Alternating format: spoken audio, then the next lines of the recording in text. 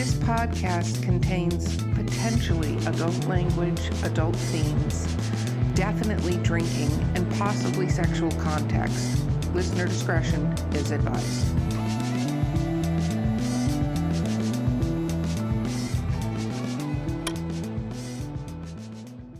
Okay, now that our co-host is completely embarrassed. Anyway, welcome to Drinking with Authors, Literary Briefs Edition. I am your host, Erica Lance. Our sponsor, I'm going to go into that in a minute. Okay, my co-host today is J.M. Paquette, and we have the amazing boudoir hair ready Valerie Willis. You'll have to watch the YouTube presentation to see all of that happening right there. I just got tired of it being in a ponytail. Okay, but you're just making sounds, and I'm going to introduce our guest now. And our guest is the amazing CatBlackard. So, woo! Hello, Cat. thank you for having me. No, absolutely. Let's talk about what we're drinking, because that's gone so well from the last episode to this one. Proof. So I am drinking Skunk Brothers Spirits, who's our sponsor. I remembered it this time.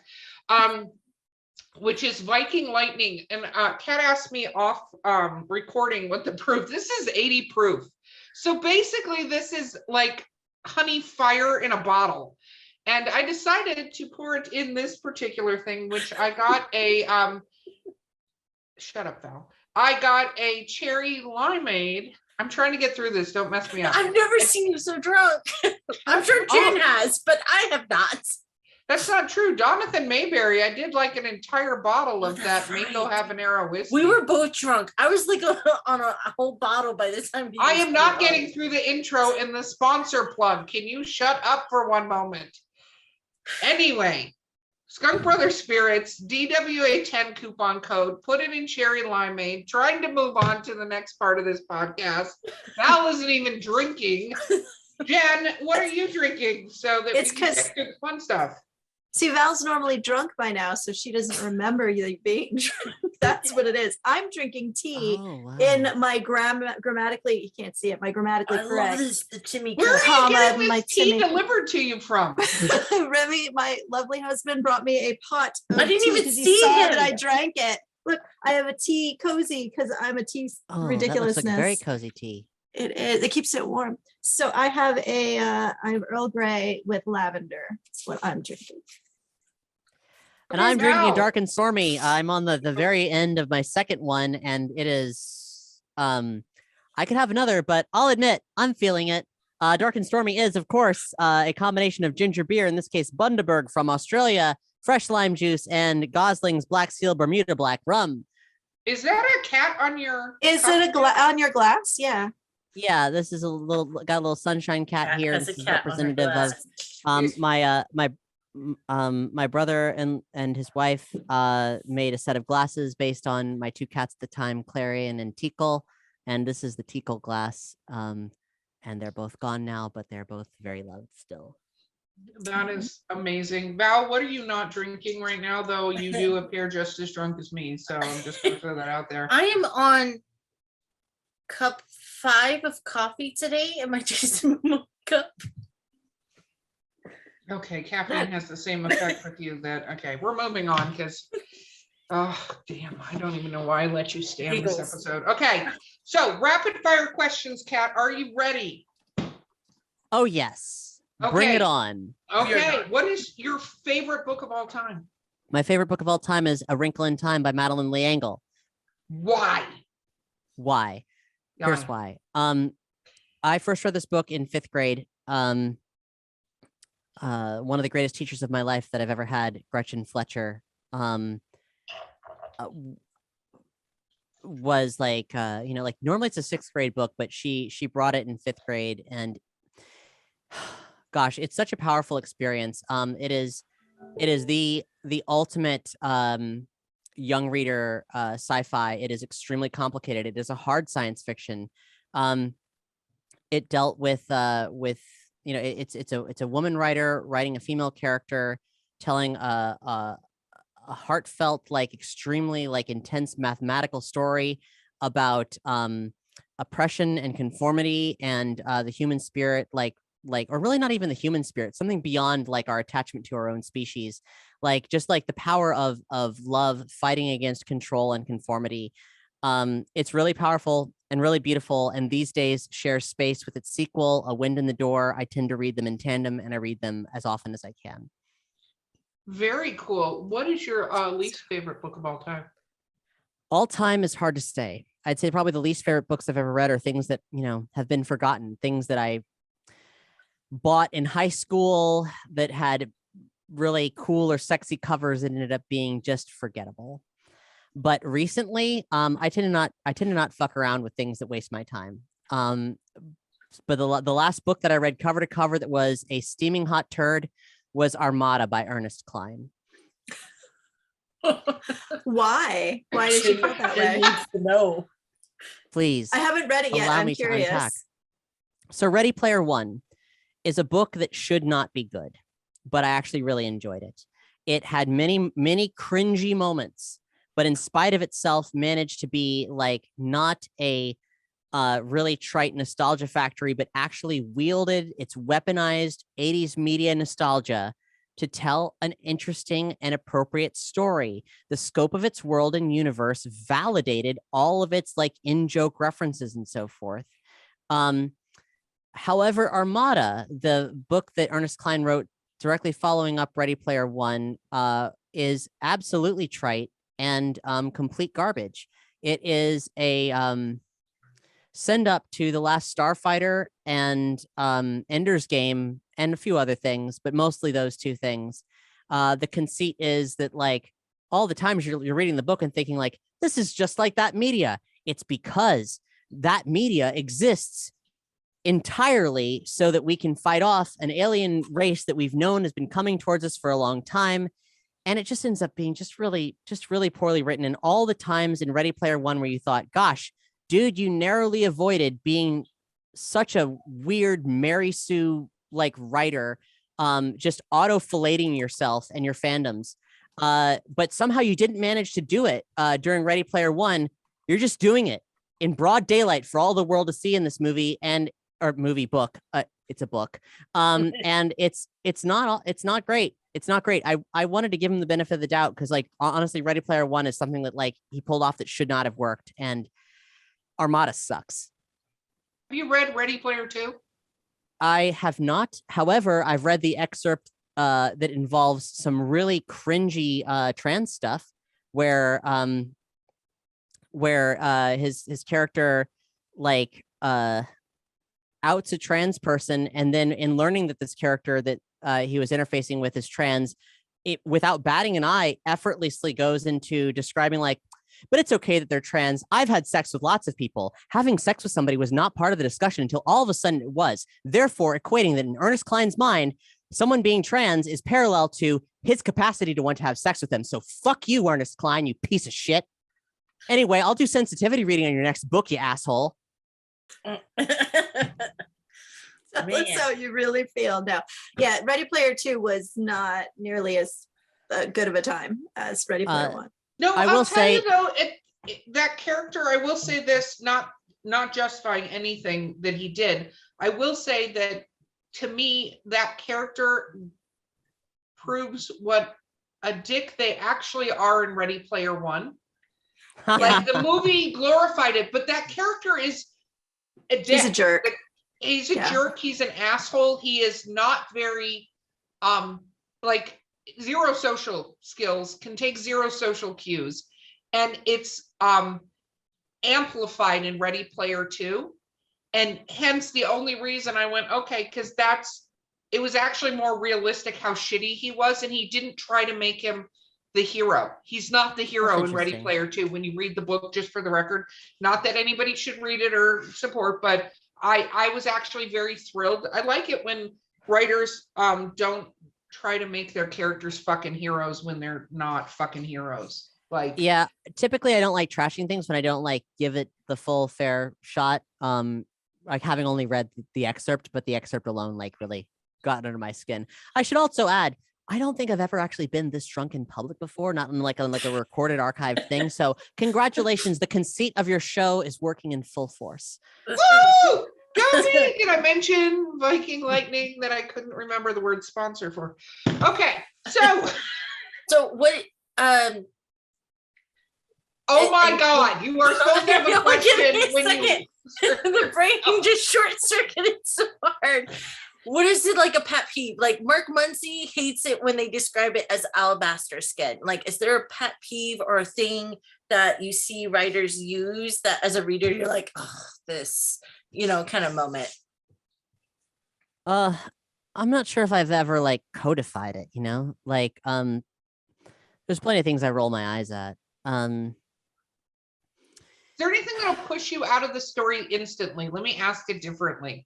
Like I have certain things like that will push me out of a story and I'm fucking done. I don't waste my time, unlike other people on this call that will keep I'm reading better. fucking books. I know, but not as good as you should be. We're healing her. I feel Teaching her the art obligated of to do not finish. I'm getting better about not finishing. I'm like, no, this is not worth my time. I'm going to answer this in a roundabout way. I have really stepped into appreciating how powerful it can be to indulge yourself as an author and to just follow your passions and to just like vibe with yourself and put that on the page. Helps gets projects done. It helps you like your passion is generally something that other people can feel. However, in instances like Ernest Cline, where people are, I mean, maybe I'm not giving them a fair shot, but gosh, I really tried to like that book and I couldn't. In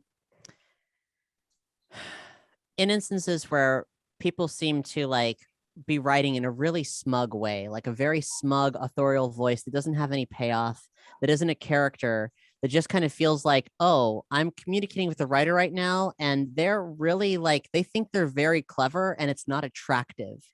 I can't get behind that. I don't want to interface with that. I will stop reading. I don't blame you, because I read a book to be in a narrative that's in a character's tone, not a writer saying, look, I'm telling you a story. It's too telly. Yeah. Agreed. Okay, favorite book to either TV show or movie? I've got a number. I love the art of adaptation. I think it could be, really powerful. There's plenty of ways that's gone wrong over time. Many. That's going to be the examples. follow-up question. So Outstanding. So reload that one. yes.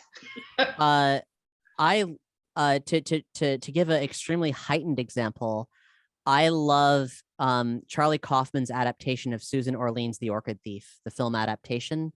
Obviously it's extremely different, but it's a very like it explores the process of what it is to write an adaptation for video of a story, of the assignment of doing that, of the weird pomposity of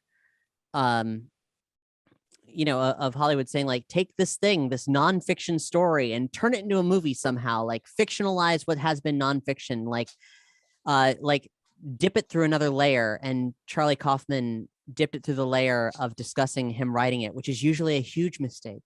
Writers should very seldom talk about the act of writing. It can be extremely gaudy and gauche. It can be very self-indulgent and very stupid. But he did it in such a beautiful, abstract, and strange way. And for all the parts that were actual adaptations of the book, The Orchid Thief, they're really fulfilling to me because I'm from South Florida and I know a lot of those places where all those things happen, and it's really cool to see them on film. Very cool. Now the flip side. Well, I also want to give a shout out to the original Ninja Turtles film by Steve Barron. Yes. That is the greatest comic book adaptation of all time. It does such justice to Eastman and Laird's work. It highlights all the best parts of the original run from Mirage Comics, and turns it into this beautiful piece about family and connection, and takes what are preposterous, silly concepts and wields them with incredible humanity. And that's a real testament to who Steve Barron is as a filmmaker and who Eastman and Laird are as comic writers. Awesome. So now the flip side. There's a lot of mediocre examples to this, but I want to stay on theme here. And gosh, Ernest Cline, Man, I don't know. Let's hang out or something. Maybe you're not. Maybe you're not. So, the Ready Player One movie, it had some really cool moments, but I think it's really fucked up that Steven Spielberg directed that movie, because that film is rooted in culture derivative of Spielberg. Spielberg like is part of the essence of what makes that. You can't ask the man who made that culture to direct a piece from the perspective of fans of that culture. That's gross. That is autofellatio in essence. I mean, granted, I suppose maybe Ready Player One is just a big piece of performance art. And it was always meant to be this theatrical exploration of how far you could take that idea. But I think that, I mean, like ultimately, you know, like attaching Spielberg to that project is part of what got it done. It was buzzworthy. We took a movie that's inspired by Spielberg and or a book that was inspired by Spielberg. We got the movie directed by Spielberg. Cool. It's not cool. It's gross. It's lame. I think that the only way to take a story like that that's rooted in 80s nostalgia is to have someone who has come from that world, who is cut from that cloth, who understands that sense of like time and place, who could actually anchor that, who could take that, a story that would inevitably always require a massive budget and a lot of effort and so forth to tell this weird dystopian sci-fi story involving a lot of intellectual properties. But to do it right, to make it charming, to take all that, you know, corporate bullshit and make it feel real, genuine, a story about nostalgia and not some kind of weird blueprint for all the Space Jam sequels to come that have just like vomited up intellectual property ad nauseum for some weird demonstration of just because we can. And what I'm saying ultimately is I don't think that movie would have been made if you didn't have somebody like Spielberg attached to it, because 100%. they wouldn't have given the rights over on everything they gave the rights over to be able to do that. It's a weird circumstance. It's a really weird circumstance. And Spielberg, like, you know, he agreed to make that film just so like he could get West Side Story made. But anyway, what I'm saying is I would have done a better job of directing that film.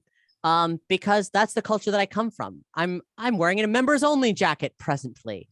I'm rooted in that culture. I understand that nostalgia, but I do it without being gross about it. I see. So what is another one? Because you did 2 for the last one. What is the next one that you would put on the worst fucking book to TV show or movie things? Jeepers. Okay. Gem and the Holograms. What a turd. Oh yeah, God, that was bad. I enjoyed watching that film with my friends. But that whole situation was really offensive. Do you recall when they announced that film? It was a bunch of bros strolling through an office being like, "Hey, we made the G.I. Joe movie, so like now we're gonna pivot by like doing Gem and the Holograms. Fucking crazy, right, bro? Yeah, bro, fucking crazy." Like it was super gross. And I don't know what their point was. I know they made the movie on a shoestring budget. They told the fandom that they were going to be like involved in the production of it, and really were misleading about the intentions of the user submitted content that was included in that film. They made a display of saying that they were going to be involved in like fan interaction and so forth and cared about what people thought, but it didn't matter. It was a very like weird, unfaithful spin on what could be like a really Gem is a very simple concept, a concept that's been done in a lot of different ways, but it's a very fun, like that was the moment in time for a really cool rebrand of Gem and the Holograms to exist. There was so much I mean, and there was so much then and still is to some degree like happening in the world of like female pop stardom that was really like, you know, we were living in the world that Gem and the Holograms made. That was a really cool time to reflect on that and to step into that world of glamour, glitter, fashion, and fame. But instead, you know, it was Hannah Montana. Yeah, but the shitty version. Which was terrible because around the same time that they were announcing that they were doing the film, a friend of mine is a huge Gem and the Holograms, has tattoos and everything. Amazing. And I had managed to get her I said, take a vacation day on Friday and we're meeting up for lunch. And I took her to Acme comic store in Longwood because Samantha Newark was going to be there, who is the voice of Jim. So Yeah. the fact that the fandom, I mean, the place was packed. Like the fandom could have supported a way better project than what those guys gave them. And it's heartbreaking that they just got a really awkward Hannah Would you Montana. like, here Erica goes in her drunken circle forward on this. I think part of the problem when you take fandoms like that, because believe it or not, as terrible as some people think those Scooby-Doo movies that were made are, they follow true to those shows. Like those movies are a live action version of the Scooby-Doo TV shows, right? Regardless of what we want to say about it and all the other things, they're very like along the lines of what they wanted to do. I think that you can have somebody that is not a fan make a movie as long as they get invested in the fans. But those kind of things, you almost need somebody to, like, to your point, like I grew up, you know, I'm a Star Wars fan. I went to the opening premiere at the Chinese Man Theater of Star Wars in 1976. I was there. I was 3 years old. Outstanding. That's incredible. You know, I had the whole 80s, like I lived and breathed the 80s, the members only jackets. I won't say how many pairs of faux leather pants with zippers that looked like it was in the Thriller video. Like Fuck I yes. had this stuff. But if you take somebody who knows how to make films and do all this stuff and is a fan of the work, you're going to get a completely different presentation than people are looking around on shelves and went, wait, we didn't make a gem in the holograms.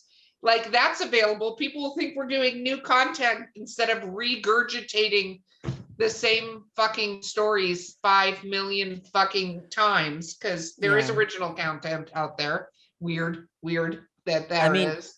These days, I don't expect Hollywood to have an original bone in its body. It is a strange system that is like collapsing in on itself, right? Like I can't expect it to do good things. I can't expect it to, you know, like I can't expect original ideas necessarily to come from Hollywood. But you know, the very least they could do is like, if you're gonna like interface with a brand like Hasbro, the very least you could do is make a product that's authentic to the material in some regard. In some regard, it doesn't need to be a faithful adaptation. You shouldn't do a faithful adaptation of a children's animated series. You should figure out something cool. I, for one, am a huge fan of the Super Mario Brothers movie. I think that was a brilliant, weird, surreal take on that property. I was captivated by it as a child. I thought it was rad. Like those are the people who made Max Headroom. Those are the people who made that movie. That's incredible. Max Headroom is one of my favorite TV shows that I feel was so ahead of its time that people didn't get it. It's kind of like My So-Called Life. That show was a brilliant fucking show, but it was way like it needed another 5 years for people in society to fucking catch up and get it.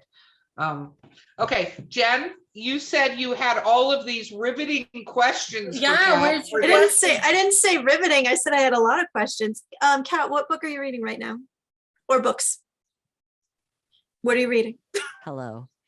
I have ADHD. Allow me to present you with a list. Okay. I'm currently listening to the audiobook of The Lies of Locke Lamora by Scott Lynch, which is very good. Okay. It was recommended to me by one of my girlfriends, and it's fucking rad. It's like this like Venetian like fantasy story that's like a very like soft fantasy. It's like very restrained.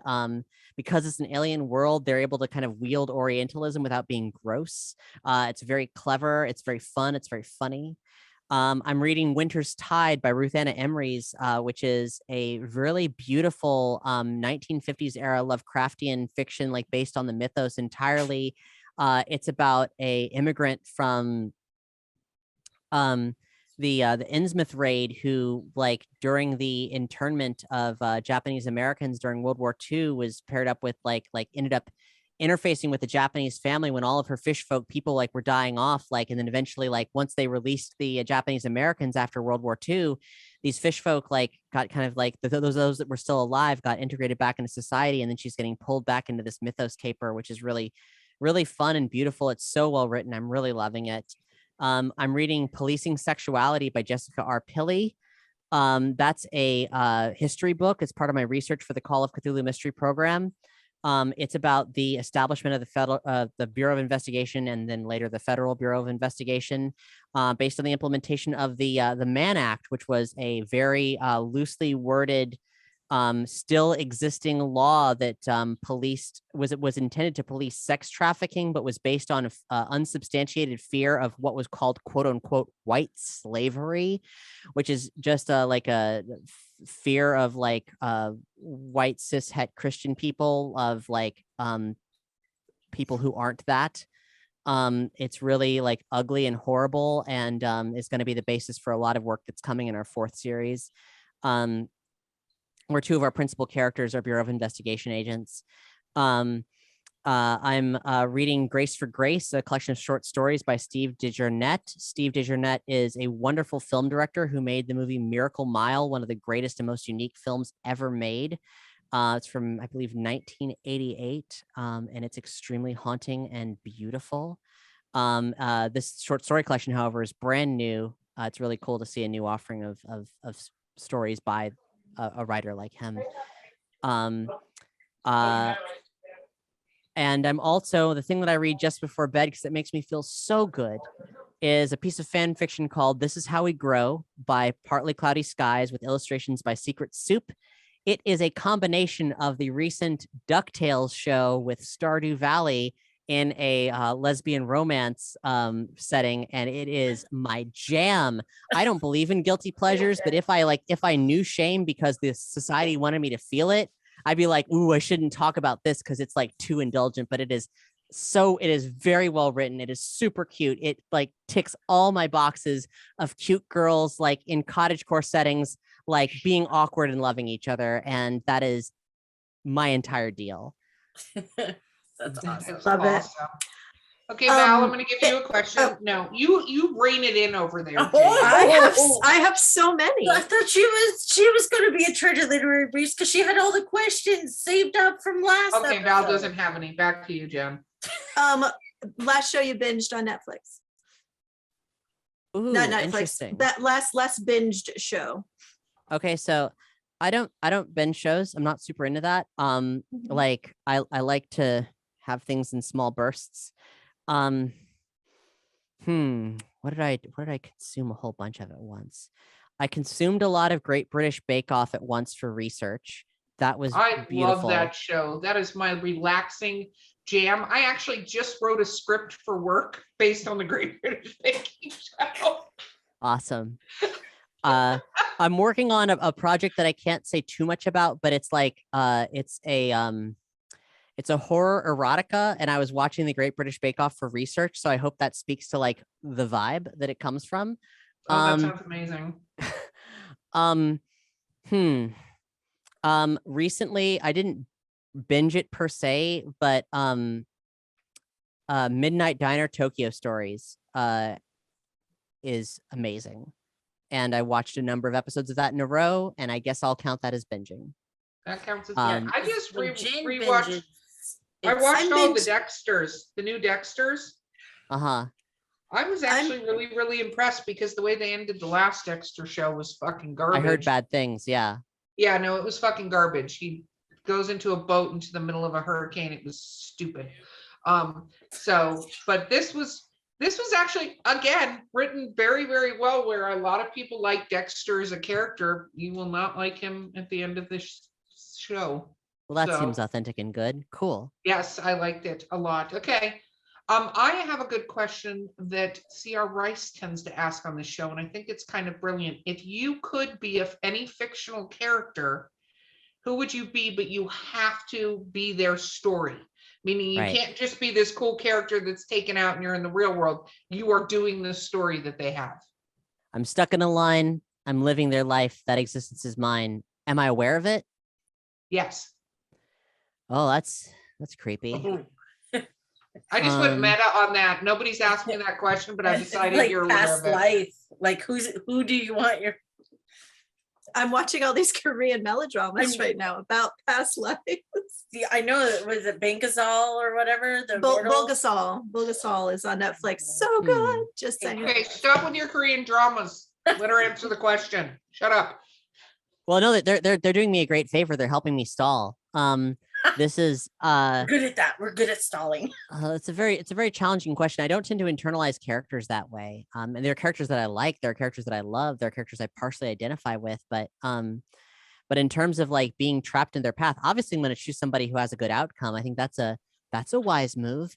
Choose somebody that doesn't die at the end of the tale. Somebody who has like growth that I'm into, or hooks up with somebody that I like. That's also a good move. Fuck. There is not enough queer lesbian fiction to sustain my wants and needs in this particular context. Shit. She's lived a hard life, but I want to step into the power suit of Samus Aran from the Metroid series.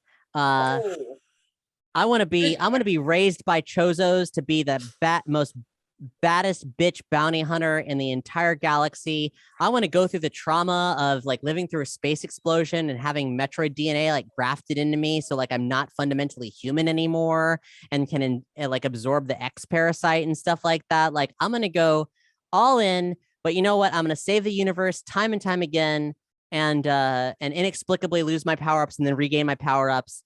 But I'm playing Metroid Dread right now, and I think that's really coloring my answer. So that's my answer, but also it's kind of like not fair because like one of my girlfriends is totally like Samus Aran incarnate, and like I feel like I'm stealing her vibe, but we can both be Samus Aran and we can both kiss, and that's pretty rad. There you go. I like it. Okay. Jen, what's your next question since you had so many? Yeah. Influential album from when you were a teenager. Oh gosh. Yes. Okay. Cool. So there's a lot. Music is everything to me. I'm like, when you dip into my influences, like when you really get into like, hey, so like what stories influenced you? Like I usually start listing off concept albums instead of like movies or books. So this is complicated. But let's see, teenager. The biggest one was probably The Wall by Pink Floyd. I mean, classic. Not, it's good stuff. It's a classic. It's very good. It's extremely dark, super unhealthy. But also like, I mean, gosh, there's moments of like incredible beauty in that record also. Oh. Okay, Val, I'm going to let you have the last question. So start thinking on it because I don't want to wait for you to come up with it. So I'm going to. Oh my God. Can we talk more about like modern music? Like what's on your playlist now? What do you listen to? All right. Wild. Okay, cool. So ever since I stopped working in music journalism, I've been like a little bit behind on things. I love Haim's record from last year, Women in Music Part 3. That is just an absolutely phenomenal record. Gosh, what else recent have I been listening to? I discovered that I like Foals. I'm into their last 2 releases that came out the same year. And there's an artist called Jordan Lenning. He's a little bit off the radar. He was the lead songwriter for a band called Non-Commissioned Officers, who I really love. And he put out a record this past year that is absolutely stunning. That, gosh, I cannot for the life of me remember the name of it right now. Wait, I want to say like 3 Colored Wall or something like that. Anyway, it's sublime. He's an incredible songwriter. I genuinely think he's one of the great songwriters of this moment in time, but no one really knows who he is. He's better known as a producer at this point. I just want to point out what JM just did was write all of that down so she can increase her playlist. It was literally a completely selfish question. Yeah, she's that been she totally asked you. relying on my playlist because when we write at night, I'm like, she's like, hey Val, you gonna play music? And I'm like, which of my playlists do you want? And they're all named after different book series I write. Because my playlists are all movie based. I'm a soundtrack person. So I'm like, what movie sound or TV show? So I have a soundtrack. My own. Well, So I have a writing playlist. Like I used to, I'm actually very synesthetic. Like, like I get visuals from sound. But I lost my ability to write to lyrics, like in terms of like having like conscious, like verbal thoughts at the same time as like having vocals that I can perceive. So I've now had to start curating writing playlists specifically to create like, nonverbal experiences, or at least ones that aren't in English. No, I get it. agreed. Do I That get- is totally a Okay. thing. Okay, so Val, My turn? are you? My turn? We're gonna have to wrap up. So Val, What's your favorite visual artist or comic book? I've always been like a fan of Jim Lee and J. Scott Campbell and Gen 13. That was my jam growing up. Right on. I was really big into, this is like not the answer to the question, but I was really big into, I think when like, I want to say his name is like Adam Wan did like the Gen 13 bootleg series. Like it was like the most manga thing that had ever been printed by an American company. It was so fucking wild, blew my fucking mind back when I was a kid. Anywho, visual artist, comic art. Wait, so is the question about like comic artists specifically as an illustrator or Or like, just art, because art's part of your background and stuff, and I Yeah. don't think we got a chance to totally dive into it. So I was curious if you're more influenced by comic artists or if there's a particular visual artist that inspires you. Yeah. I take in a lot of aesthetics from different places. Generally, I cast like a wide swath when it comes to like aesthetic influences and so forth. But with comics, oh gosh, it's a deep well. Someone who's been extremely influential to me, who is an extraordinarily problematic figure, but is a wonderful storyteller and incredible visual artist, is Dave Sim. That's the creator behind Cerebus the Aardvark, which is it's not the longest running comic book by a single author anymore. Spawn recently like kind of claimed that title, but it's the longest sequential narrative written and drawn by the same person. He also had a background artist named Gerhard, who's equally amazing.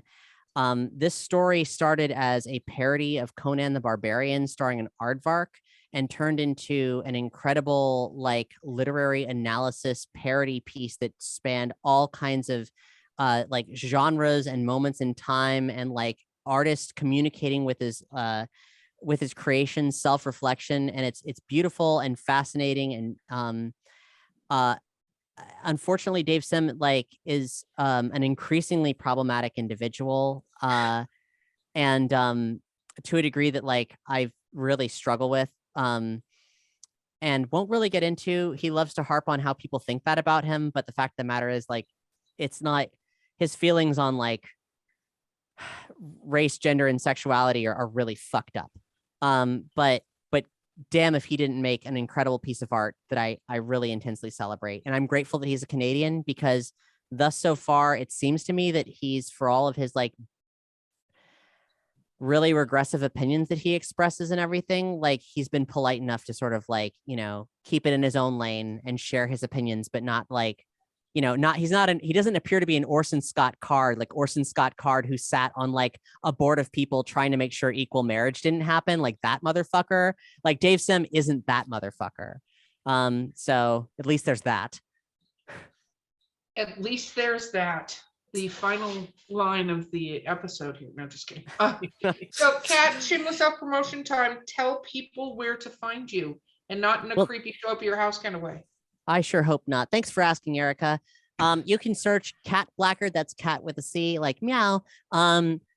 Basically everywhere. But on Twitter, I'm on Twitter, I'm Neon Feline, because Twitter refused to recognize my right to claim the CatBlackard account, which I don't know who the fuck used that. I'm going on a rant here, but somebody created my name as a Twitter account before I existed as CatBlackard, I guess, and violated Twitter's conditions. And then I started a company like using my name to fund my efforts as a diversity consultant and sensitivity reader, having a company, assuming that would mean that I could get the attention of Twitter. I shouldn't be going on this rant, but this is Drinking with Authors, and you expect tangents and drunkenness. So here we are. Anyway, Go for it. I jumped through all of Twitter's bullshit gatekeeping hoops to try to take something that has my name and my brand associated with it. So when someone types CatBlackard into Twitter, they don't get an account that has clearly violated their terms of service, that has nothing to do with me. They said, oh, well, you can't prove that anybody tried to defame you. So we're not going to, even though it's just like an ugly thing that we've got out there, you don't get to have it. No one gets to have it. It's just still going to be there. So I'm Neon Feline now. And you know what? That's a pretty rad name. And I spent a long time coming up with it. You can also visit me at CatBlackard.com, which currently directs to my Patreon, which is patreon.com/CatBlackard. Someday it'll be a website, I think. And you can find the show that I'm best known for, the Call of Cthulhu Mystery Program, on your favorite podcast player or at CthulhuMystery.com. Awesome. Woo. I love What? shameless self-promotion, rant, shameless self-promotion. It was the best sandwich ever. I love sandwiches. I love me some sandwich. Okay. Kat, you have been so fucking amazing to have on this show. You have just been a thrill and a delight, and so many other adjectives that I will get edited on by J.M. Paquette, so I'm not going to do it. Nouns. Oh, fuck off. Really, fuck off with your soberness. Nobody is interested. If she Anyway, could knock you've your been tea off the amazing. desk, she would. Now, Love pick you. a side. Anyway, you have been thoroughly awesome to have on the show. Thank you so much for being here. Thank you so much for having me. Absolutely. This has been Drinking with Authors Literary Briefs. Our sponsor, DC, I thought about it a little bit before you did. She wrote Discuss it Brothers down. Spirits, DWA 10. If you want to try any of their libations, and I heavily, heavily encourage you to do it. They're amazing, they're funny, and they are true supporters of authors. They really are. And so this has been, wow, totally went off on a tangent and lost my thing. This has been Literary Briefs. I've been your host, Erica Lance. My co-hosts have been J.M. Paquette and Valerie Willis. May never do that again. And our absolutely wonderful guest has been CatBlackard, and we will see you guys next time. Woo! Woo.